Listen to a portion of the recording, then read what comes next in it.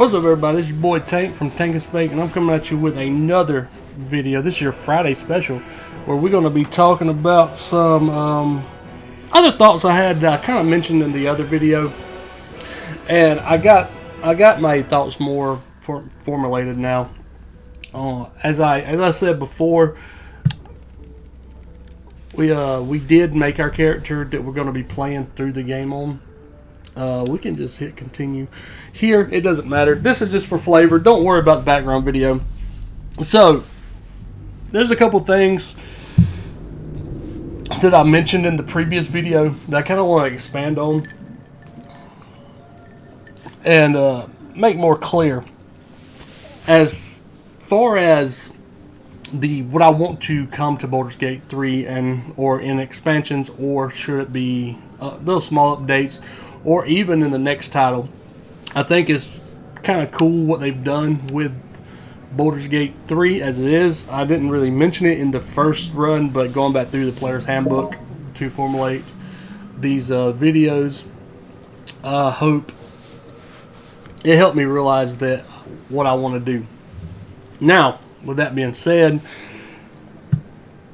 I called the first one hold action, right? Whenever I was first talking about it. And actually in the player's handbook, when you look it up in the player's handbook, it's called the ready action. And I'm going to read to you what that is, and I'm going to go over how I think we could actually implement it in Baldur's Gate 3. Now, this is what it says on Roll20.net. Anyway, we're pulling this from Roll20.net. It's a good resource if you're trying to get into D&D. It'll help you if you don't have the player's handbook. You can look at the rules. I do have the player's handbook, but I didn't want to dig it out. Now, sometimes you want to get the jump on a foe or wait for a particular circumstance before you act. To do so, you can take a ready action on your turn, which lets you use your reaction before you start your next turn. Now, as you know, Baldur's Gate 3 does have the reaction mechanic, and you can use a reaction like when you get hit. For example, that can be either counterspell, you have Hellish Rebuke, you have Missile Snare, Shield, you know, those things of that nature. So you know that it's in the game. So the reactions are in the game as it is. So we have that tier 1 already here, ready to go. Now, back to Roll20. First, you decide what perceivable circumstance will trigger this reaction. Then you choose the action you will take in response to that trigger. Or you choose to move up to your speed in response to it.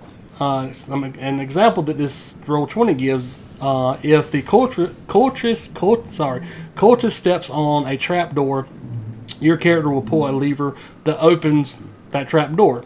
Or if a goblin steps next to me, you choose to move away. Now, this kind of goes into what I was talking about. As a fighter, if you're out of range, your trigger should be, I want to attack X enemy when X enemy gets near me. So I'm ready in my action. Now, how this could be done, if you go back to like the Zodiac Age, I've been playing a lot of it. It's my favorite Final Fantasy to date. When you set up those gambit systems, it's got the gambit system which tells the AI what to do.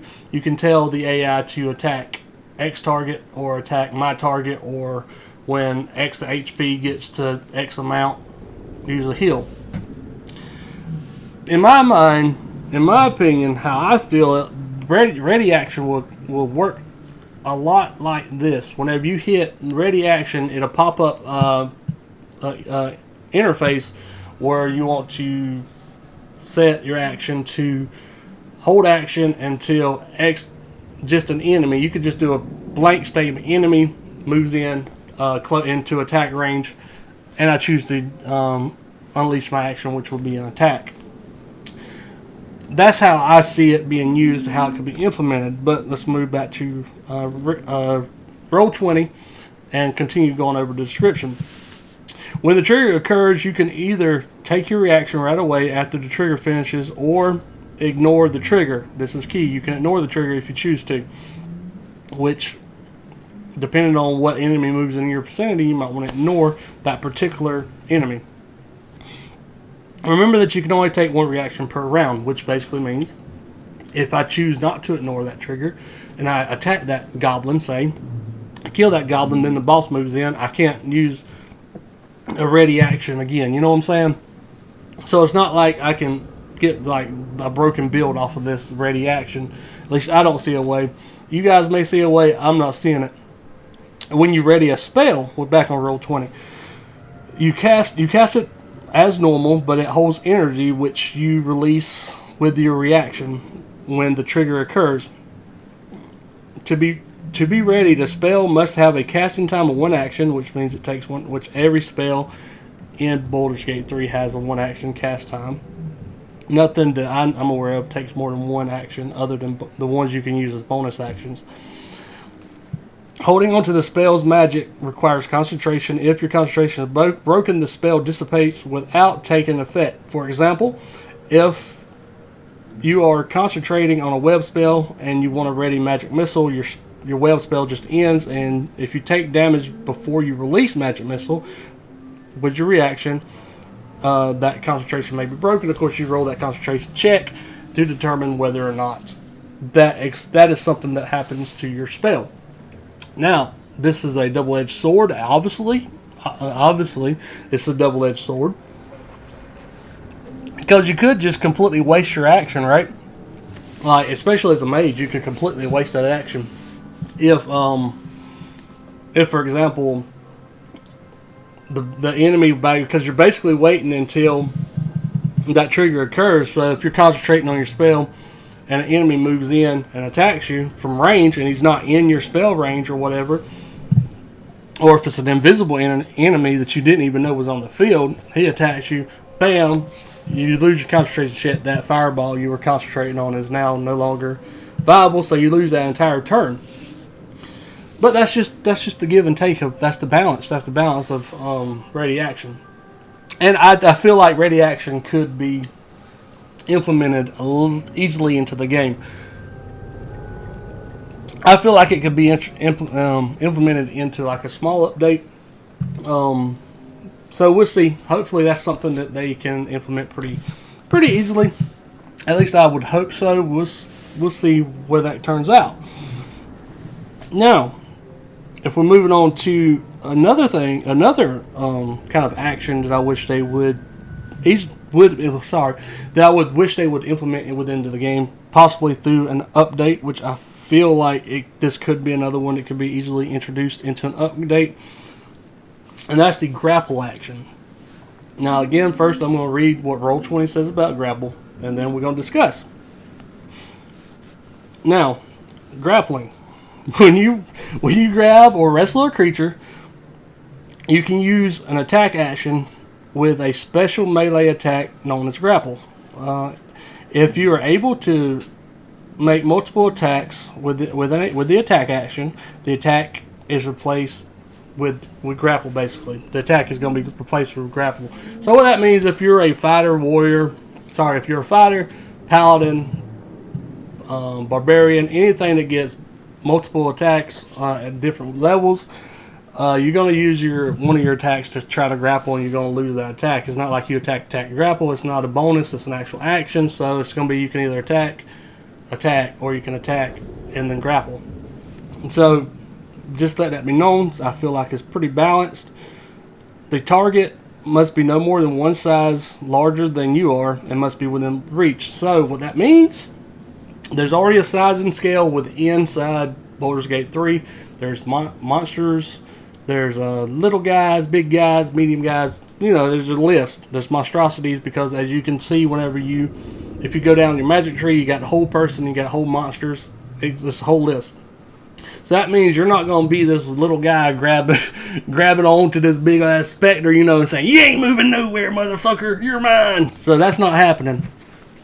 And you're also not going to grab a joker. You're not going to stretch Armstrong this bitch 10 feet out and grab him from distance. So you actually have to be on top of these enemies to grab them. And we're going to go back to Roll20 now. You have to have at least one free hand. That's how you grab the enemy. So you can't be using sword and board. You can't use a two-handed weapon. So you're using one hand, a finesse weapon, or probably a single dagger. And then you're going to have to make an attack roll. Or I guess you could actually put your weapon away when you initiate the grapple if you're using a two-handed weapon, like kind of how when you switch between bow attacks and sword attacks. But anyway, you roll your strength check, and then the enemy is going to make a contested strength check. They can either use strength or dexterity. Probably the game would choose which one is higher for that enemy, and that's what they use. And of course, if you succeed, the subject is grappled, and there's various conditions that can be used to break that grapple. We'll just talk about one or so here in a minute. The conditions will be specified. Well, this is not important because I just kind of summed that up. Of course, you can also release the target of your own free will. It doesn't cost an action to release. Now, ways you can escape. What D20 has is very brief. Basically, on each of its turns, it's going to roll a contested strength or dexterity check against your strength check. And you can also move while you got on grapple. This is talking about the movement of while you have a character or monster grappled. You can move, but it's going to be half your speed. But the cool thing is if you are grabbing something 2 sizes smaller than you, if you're a big ass half orc and you grab a little gnome, you move at full speed. You're not hampered. So that's a good way. Maybe you could grapple your friend and you could run with him on your shoulder. Basically, like, you got more movement, so let me grab you and I'll move you further into combat. Which is a little neat way I can see that working. Personally, that's pretty much grapple. In my mind, like, it works like whole person, but it frees up your mages. Like, if you're fighting a boss, you got your barbarian right there on the front line. He's in front of your boss. Use grapple, contain him. So that's going to kill his action because it's going to use his actions to try to free itself up. And then that leaves your nukers in the back to clean up all the trash mobs for you. That's how I see this working. That's how we use it at tabletop. A lot of times it works effectively and it's clean and it's easy to use. I wish it was in the game. All we got is throw. So we can't throw enemies. And they use half their movement to get up. But I won't grapple. I want to be able to be a melee fighter that can actually have some CC. You can crowd control or single target control a boss enemy if need be. Now this goes even farther. You get that sword that'll make you a giant sun. Then you could probably get into grappling actually grappling like the specters and things. I think it's another simple, easy to implement update. I would like to see it. What do you think? Do you think grapple's something that we could easily get into the game or not? And now the final topic I want to talk about when it comes to actions I want to see in the game. Again, these are pulling just straight from the Player's Handbook. I haven't went into other modulars yet. That's probably going to be future videos. I'm going to delve into other modulars and look at actions they bring over, and I'll make a video on those. So this is just from the Player's Handbook on Roll20. So the other one, it may be in the game. I know it is to an extent, but I don't know how much of an extent. And that's cover for like your ranged characters. So there's three forms of cover that you can get. I'm not going to read the full thing right here because all you need to know is what I'm going to really lay out for you.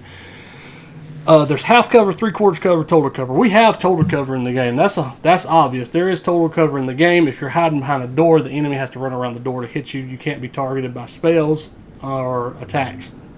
So total cover is in the game. What I'm not sure if it's in the game, maybe I should have done more research, but you guys can let me know, is that's your half cover and 3/4 cover, right? So dealing with 3/4 cover, let's do half cover, then go into 3/4 cover. So if we're doing the half cover, this is when you're going to get a +2 bonus to AC and your dexterity saving throws. And coming over here to Roll20, a target has half cover if an obstacle is at least half of its body. The obstacle might be a low wall, a large piece of furniture, a narrow tree trunk, or a creature, whether that creature is enemy or friend. So that means, in theory, you could be a little gnome and you could hide behind your barbarian, bro. You know what I'm saying? Cover me! And then you could get a bonus to your AC. And then, of course, you have the 3/4 cover, which it gives you a whopping 5 + 5 to your AC. Right? You get 5 to your AC. And how you get, well, that's AC and dexterity saving throws, I'm sorry. How you get that, a target has 3/4 cover if about 3/4 of its body is covered by an obstacle. The obstacle might be a portcullis, a arrow slit, or a thick tree trunk. So that's like you you're behind the wall. And you put your arrow through those little arrow slits on the on like a wall or a cannon cover, and that's how you get three covers quarter. But you're getting a +5 to your AC. Now you can argue AC is not that important in Baldur's Gate 3 because I've had super high, like 30 plus AC, and you still get hit in Baldur's Gate 3. That's just the fact of how gaming works. It's more so important in tabletop, but it's also still kind of important in this game, because let's look at our character here that we created for this playthrough. We can look to the side. Her armor class is 14, but if I was in half cover, that goes to 16, right, for +2? Yeah, +2 to my AC, which makes me a little harder to hit. And as a character who's probably going to be using backline tactics with a bow, that would help if a spell comes at me or if an archer is trying to shoot at me. Now, that being said, again, I don't know if half cover and quarter cover is in the game as it is. If it is, please let me know. I would be very, very, very curious if it is.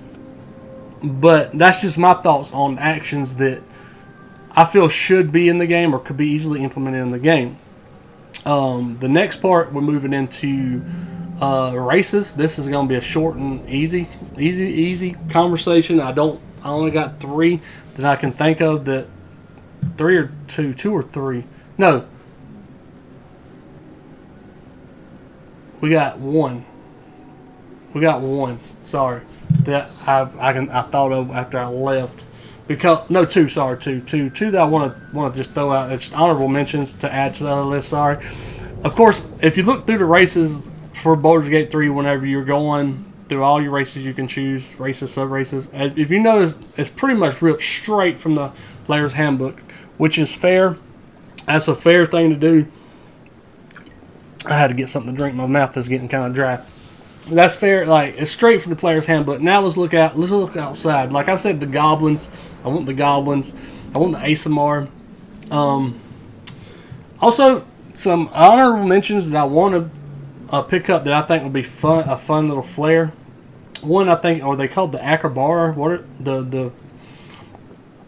the bird people? I think they're Akabara. I could be wrong. Probably should have done some more research into what they're called. But I just thought about them, so don't sue me. It just popped in my head when I was thinking about Dungeons and Dragons, the movie. When you're waiting on, what was his name, Jeff or something like that. Waiting on him to show up. That's what he was. That bird race. That would be cool to see in Baldur's Gate 3, right? Because one, we don't really see any at all.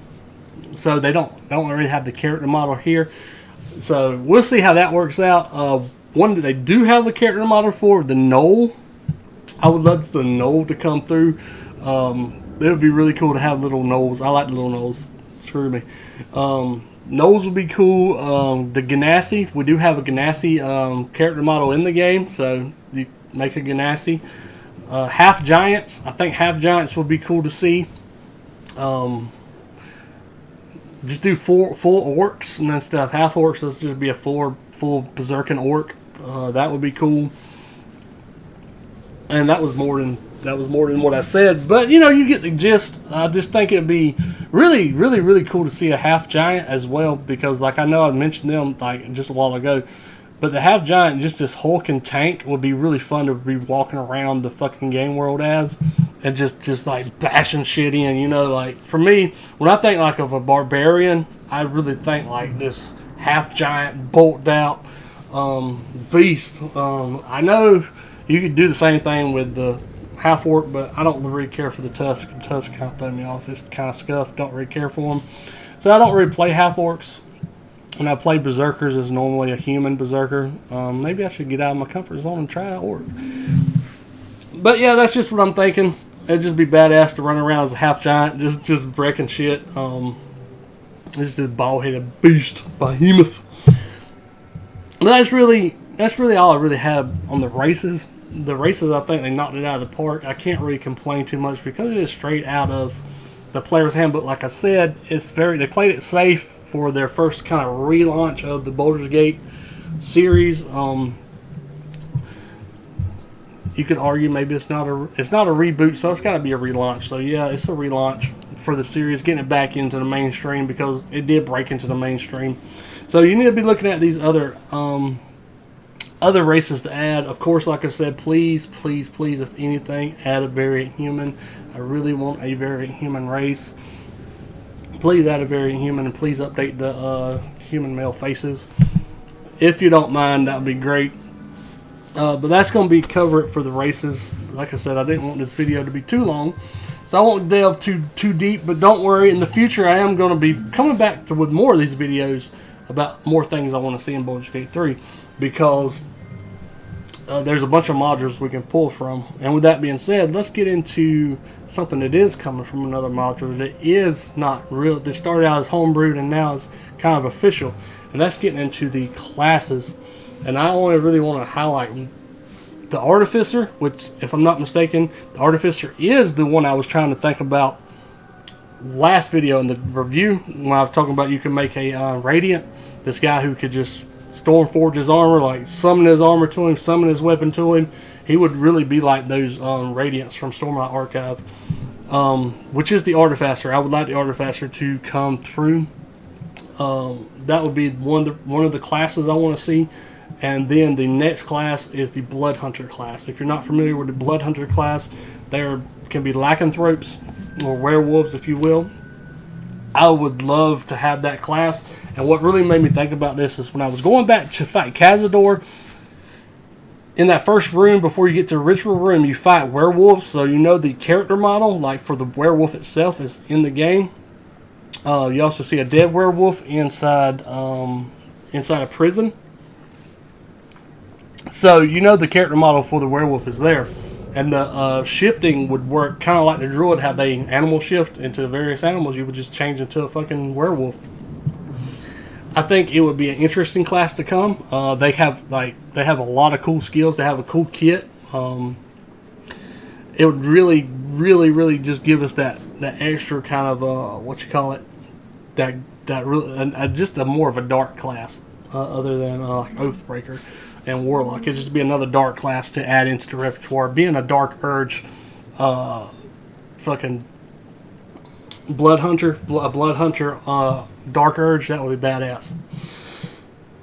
And that's really the only two classes I'm going to talk about now. I'm going to do more research in other classes that I think the community wants to see, and I want to talk about those. I'm going to go learn those classes. I'm going to bring a video talking about those classes and how I think we could implement those various classes within the game. The next point we're getting into is expansion, possible expansion stuff. There's two I want to really talk about. I kind of touched on the first one in the actual review, and the second one I didn't talk about at all, which is what we're going to highlight first, and that's the Wizards of Waterdeep, which we kind of get the feeling with Gale. He's from Waterdeep. And I played through a little bit of Waterdeep on tabletop setting. It's a really good modular that I feel to start with. It started out really easy, so it kind of eased you in, and you kind of was just had a bunch of fun with that one. I didn't finish Waterdeep, so I'm not as experienced with Waterdeep as I am with the next one I'm going to talk about, but I think Waterdeep would be a cool little expansion. And another thing I want to talk about when you're looking at expansions, Larium, I want you to look at like Blood and Wine. Like Blood and Wine, for me personally, Blood and Wine is a top tier expansion. It's how expansions should be made, and that's kind of the blueprint I look at when I gauge if I really like an expansion, and was the expansion even really worth the addition to the game. And for me, Blood and Wine is top tier. That's why Witcher 3 is still one of my top 10 favorite games of all time. And while I have yet to play a expansion that I thought was better than Blood and Wine to this day. Now with that said, there have been really great expansions that they're just not that level. When I think of an expansion, I want my expansions to take place post game, after everything has been wrapped up, and you can do that with you can you can 100% do that with Baldur's Gate 3. There's some games I understand you need to put it directly in the middle of the story or whatever. I got you, because how the game ends, you have a set ending. You got to do what you got to do in those situations. There's no points taken from those games, but always points are always given if you can make a expansion take place post game. I love that shit, and you can perfectly do that here in Baldur's Gate 3. And what I want to see with Baldur's Gate 3, like I said, I would love for us to go to Barovia and take on Strahd with the Curse of Strahd. That would be fun to me personally. I love that dark ambience that Curse of Strahd brings. I don't want to give away too much, because if you do play tabletop and you haven't played Curse of Strahd, one, find your DM that'll run it. It's fun. Two, Strahd is very, very particular boss, and I don't want to give away too much on that story. But what I will say about Strahd is you could play him like you should probably play him at the tabletop. There's no right or wrong way to play Strahd, but the best way to play Strahd that I feel works with the modular is have this Joker appear constantly as a constant threat, periodically through the game, like not just sitting back at his castle. You want him to actually be interacting with the players. You want him to actually be interacting with the world, because his goal is to kidnap Isabel, and your goal is to protect Isabel. Now, I'm gonna give you it's an escort mission essentially, because you gotta get Isabel from point A to point B safely, because Strahd wants her ass. He wants to get in them guts like bad. So you could bring Strahd over. You could do this. You could actually do this in the game now. Like, you could do this type of mission. She would be a party add-on. You have a badass warrior female chick that at least our DM played her a badass warrior chick. It worked out perfectly. Our DM was also sadistic. He also killed us all in the end too. His Curse of Strahd was the Dark Souls of tabletop. I can tell you that. We all got fucked up. Everybody but me just fucking died. It was a party, I think 5 or 6. And Jackson, you're still an asshole to this day. You killed us all. I'm sorry. Asshole. Anyway, it was still very fun. Very fun. We had a blast. That was a crazy, crazy campaign. Unfortunately, we didn't actually finish it because it all ended in our death. And then the second playthrough of it, which I reprised my role because I was the paladin in the first campaign, and he survived, so we worked with Jackson, so I become an Oathbreaker after that, because I watched all my fucking friends die. But anyway, I feel like that's a very ample expansion, and I feel like it would need to take place at the end, because if you're familiar with Curse of Strahd, you get sucked into his realm, and you cannot leave his realm until you beat Strahd. Basically, you're trapped there forever. Well, essentially, you can be trapped there forever. So I feel like it's a perfect expansion to set up post-game. You could do it mid-game if you wanted to, but it would work, in my mind, a lot better post-game after you've beaten the Nether Brain, after you've conquered all this shit, and your party's together, they're ready for the next challenge, and bam, Strahd. Make it hard, make it fun, and just have fun with it. Just bring that dark Gothic setting to Baldur's Gate. I mean, it's run down, it's very Van Helsing. I mean, the people there are just distraught with fear. You have vampire attacks, you got werewolf attacks. I mean, you got ghouls, you got all this heavy supernatural influence that would be really fun to play through with Larian at the helm. And that's really the biggest praise I can give Larian, is because I want them to create this interactive world. Let me interact with Barovia. I feel like they could pull it off. So if you do end up seeing this, or if somehow they're thinking about it, I would give them the green light. Please give us Barovia. Let us play through that modular. It'll be really cool, in my opinion. But that's really all I wanted to talk about when it came to the expansions. Of course, there's more. I've only been playing D&D now probably about 4 years, so I'm not familiar with all the modulars, all the little things. Of those 4 years, I've spent 2 of them just being a DM, mostly homebrewing campaigns. I haven't played DM much modular content, so I still got a lot to learn about the other worlds that we could get into. in D&D. So comment below. What's some of your favorite modulars? What's some of your favorite worlds? I want to know so I can go read those. What is so cool about those that you really enjoy? What drew you to that world, that section of the world of Wizards of the Coast?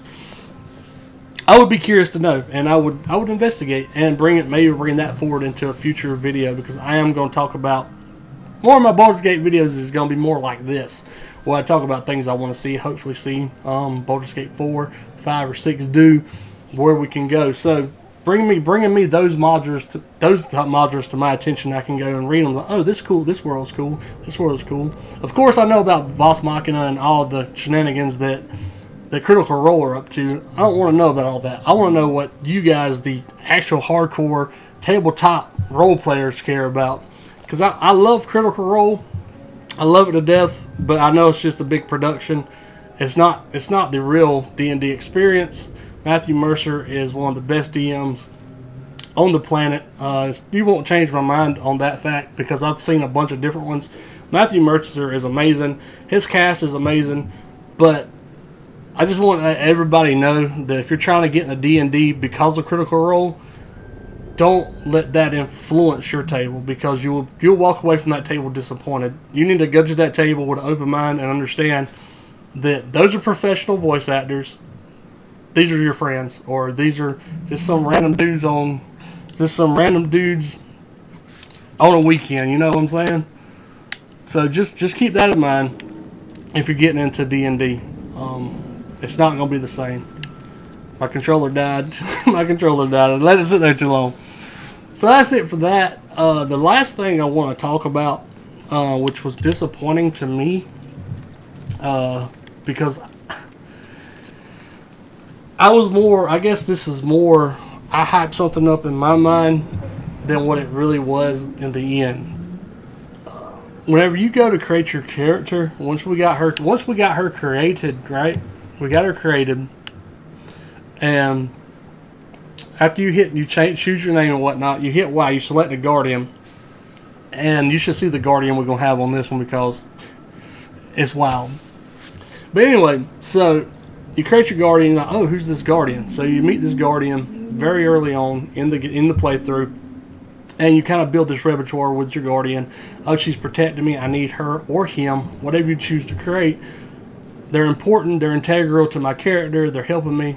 It's great. It's a fantastic little build up to who is the guardian, what are they about, what are they doing. But eventually, the illusion breaks, because you do find out the guardian is just that. It's just an illusion made by this Lithid, in which you're introduced to. You're introduced to the Emperor at this point, and as you play through the game, you get to know the Emperor more. Okay, so the Emperor is cool and all. I do like the Emperor. So what's the Emperor's backstory? His backstory, right? So you get into his backstory, and then it's revealed that the Emperor is this dude that he built Baldur's Gate. Like, he is that guy. He's like that important of a person. And then you're like, okay, well, that's cool, I guess.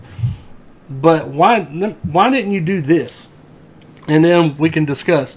Why didn't you make that guardian? The guardian you create, why wasn't that the Emperor? You know, why wasn't that the Emperor before he became an Illithid? Why couldn't you include that character you created in those cutscenes instead of this mask figure as the placeholder for the Emperor? Now, this may be my ignorance. I don't know. Is the guy who built Baldur's Gate, is it set in stone that it was a dude? Could it not have been a female? But at the end of the day, does it matter if it's just a fun role play? It don't matter to me. I don't care. It wouldn't have mattered one bit to me. I'm sure there's some people that would have got mad. And then if that is the case, then just don't make him the guy that built Baldur's Gate. Just make it another adventure like it was set out to be to begin with. Because while, okay, it was cool that this is the guy that built Baldur's Gate, it really didn't matter at the end of the day. Just like this wouldn't matter if it was the Guardian, if that was the pseudo image of the Guardian.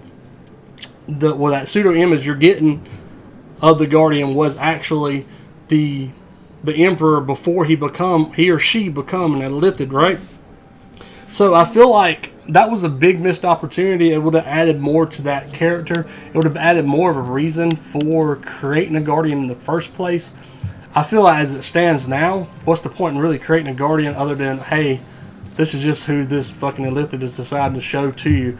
Don't really make much sense to me. So now every time I make a Guardian, I hit random about 3 times, and that's the one we go with, because I don't care about the Guardian anymore. Most of the times now I just stab the Guardian whenever I'm asked to kill it, just because, haha, fuck you. I have no connection to the Guardian anymore.